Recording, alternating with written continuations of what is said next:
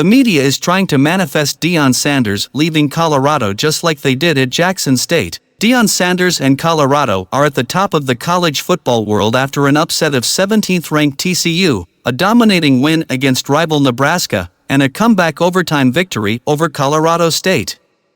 Tevision ratings are high for Colorado games and media attention is flooding in. Coachprime is doing interviews on every outlet you can think of, such as 60 Minutes, First Take, and Undisputed. Recruits are scheduling times to come to future games to see the action up close, joining the dozens of celebrities that already are in attendance.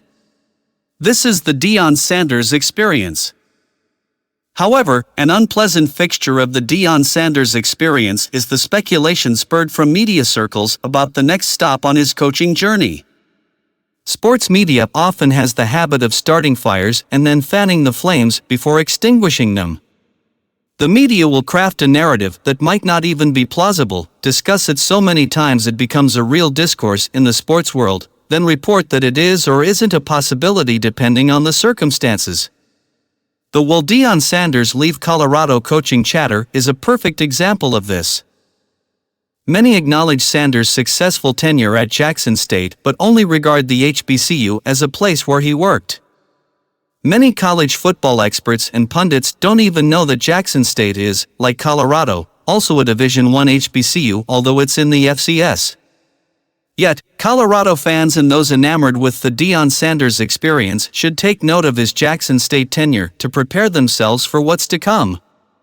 The circumstances were slightly different and, admittedly, these conversations are happening way quicker for him at Colorado than when he was at Jackson State. However, everything that's occurring now happened in his tenure at Jackson State. As the 2022 football season neared, there was chatter about Sanders leaving Jackson State to coach at an FBS school. The rumor mill had Sanders tied to several possible job openings such as at Auburn and Georgia Tech, Nebraska, and, eventually, Colorado.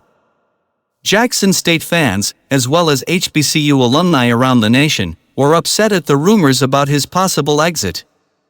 HBCU football fans want their brand of football to be seen as just as significant as the FBS. Notable players such as Shannon Sharpe, Jerry Rice, Walter Payton, Steve McNair, and others validate the feeling that HBCU football has a stake in the conversation of best conferences in the nation. Still, the talks about Deion Sanders' eventual departure persisted. It went as far as him being asked if he'd field offers from FBS programs in his October 2022 60 Minutes interview. He debuted a talking point that he eventually carried throughout the rest of the season. What happens when a Power 5 school says, "Give me a number"?